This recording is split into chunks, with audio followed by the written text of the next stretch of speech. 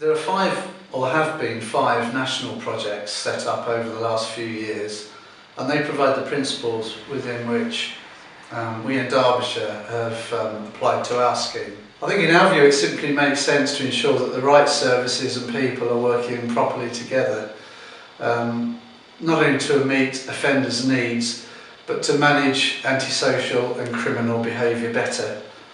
Everyone benefits, I think. The people who are on the IOM scheme tend to be people who commit most of crime. And so for us as a probation trust, whose primary purpose is to reduce reoffending in Derbyshire, having those people properly managed in an integrated way with lots of partners is absolutely key.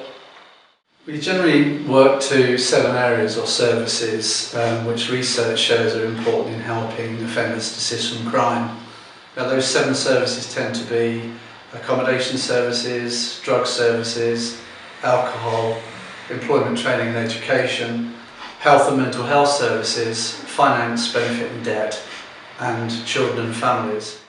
The scheme in Derby City was set up originally September 2010 to focus on what we call prolific and priority offenders, PPOs. Now, these people generally are those committing your higher volume, serious acquisitive crime. There were a number of pilot schemes run across the country which were proved to be quite successful, but we were building on our former prolific and other priority offender scheme that we've had in the county since 2004. Well, we think that this is a two-pronged approach. It's about controlling and managing behaviour, but it's also about rehabilitation involving access to the right services and to meet needs.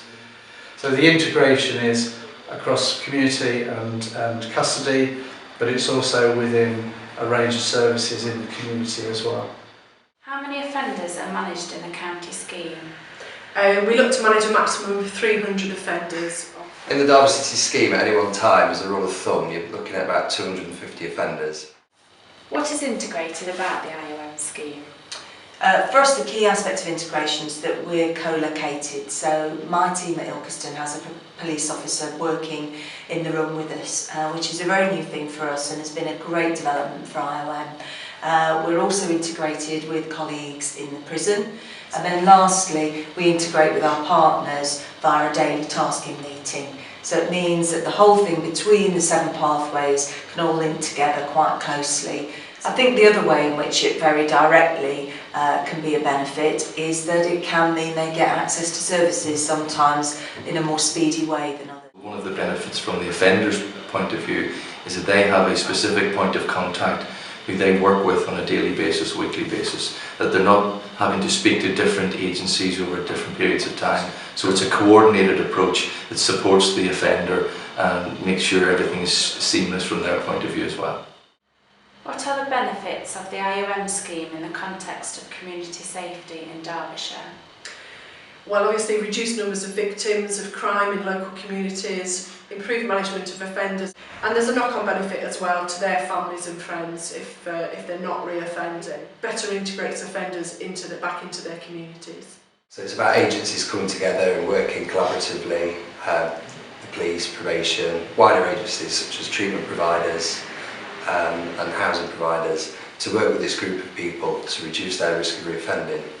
Offenders benefit in multiple ways. Firstly, it disrupts their negative behaviour and their offending behaviour. If we do our work properly, we stop them reoffending, which for a large number of these offenders stops them going in and out of prison. A lot of these lads have got children, and this is really important to factor into the Troubled Families agenda. It's so vital for stopping the cycle of future offenders coming in through the door. How does your work benefit the offenders? The offenders have a point of contact, which is me within Nottingham Prison. The majority have either a drugs or alcohol issue. I also can help with benefits, the housing, mental health services, education, colleges. Is there a benefit to having the probation workers with the drug workers when you come for your meetings? Yeah, definitely, yeah. Because it's always somebody to talk to, innit, or offload your problems or whatever, so yeah. It's a lot easier and faster to get treatment if that's what you need. I think I've just got to that point in my life where that's it, enough's enough. time to pack it in. A lot more confident than I ever have been before. Okay. What do you currently think about your offending? Pointless, waste of time. I mean, they say 20, your 20s is the best time of your life, which I've probably wasted all that in prison more than likely. I'm on drugs, so I've not really seen any of my 20s really, so it's one of the biggest things I regret really, you know what I mean? Offenders at high risk of reoffending are closely managed by a range of partners, and they respond to new information on a daily basis in what we call daily tasking meetings. Those meetings are designed to prevent reoffending, or if that's unrealistic, then we take swift enforcement action if reoffending is taking place. That partnership working is really what's delivering the success.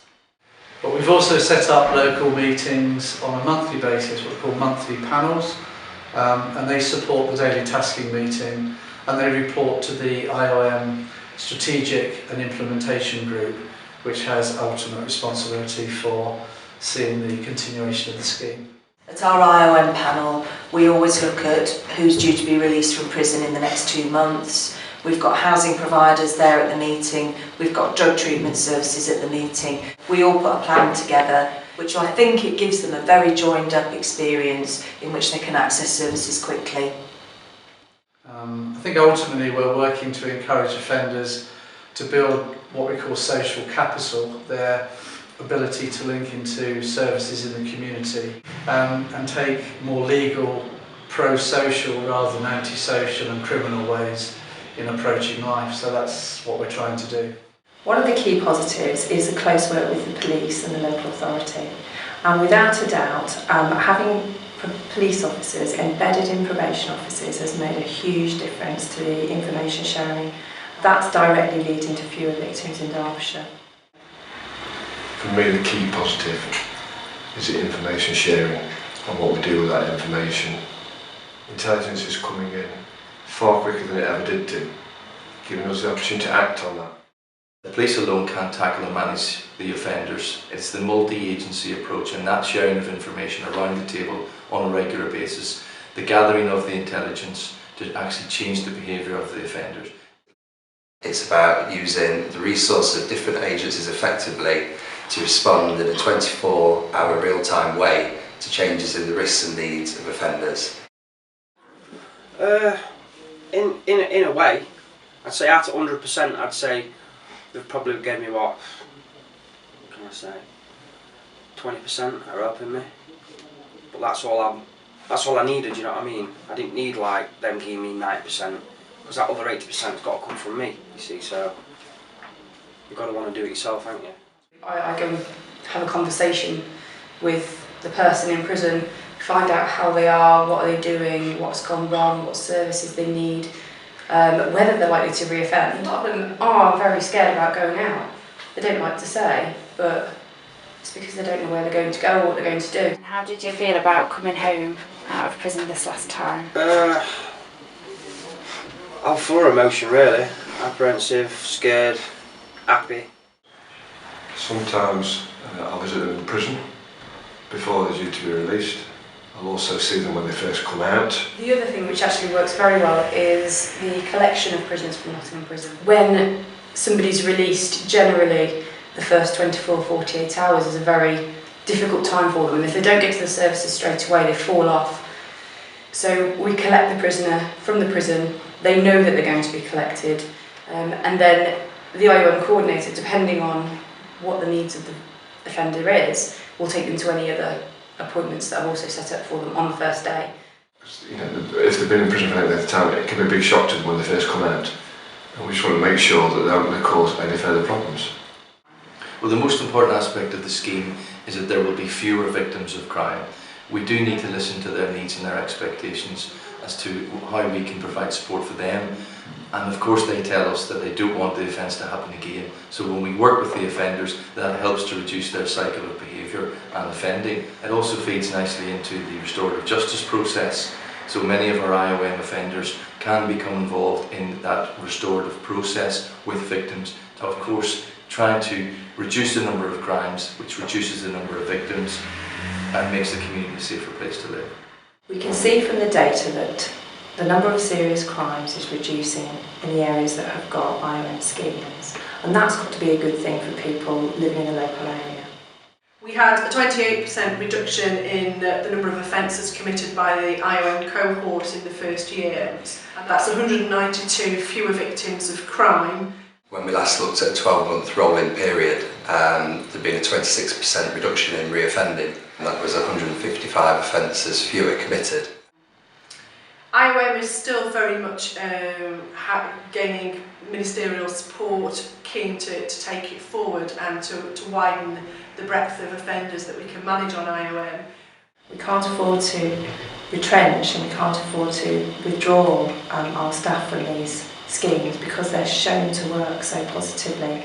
So for me in Derbyshire, we've got a future which is about building on what we've done so far, expanding what we've done and starting to think about IOM in different ways. What advice would you give to people in a similar position to yourself? Don't be afraid to ask for help from probation and even police. They'll talk to you, they'll tell you what help you can get properly. Time to grow up. Time to get yourself a life in it. It's not a life in and out of prison all your life, is it? As I say, it's a multi-game. Don't class drug as a family member because it's not at all, you know what I mean? It can't give you the love and thingy what you deserve, you know what I mean? So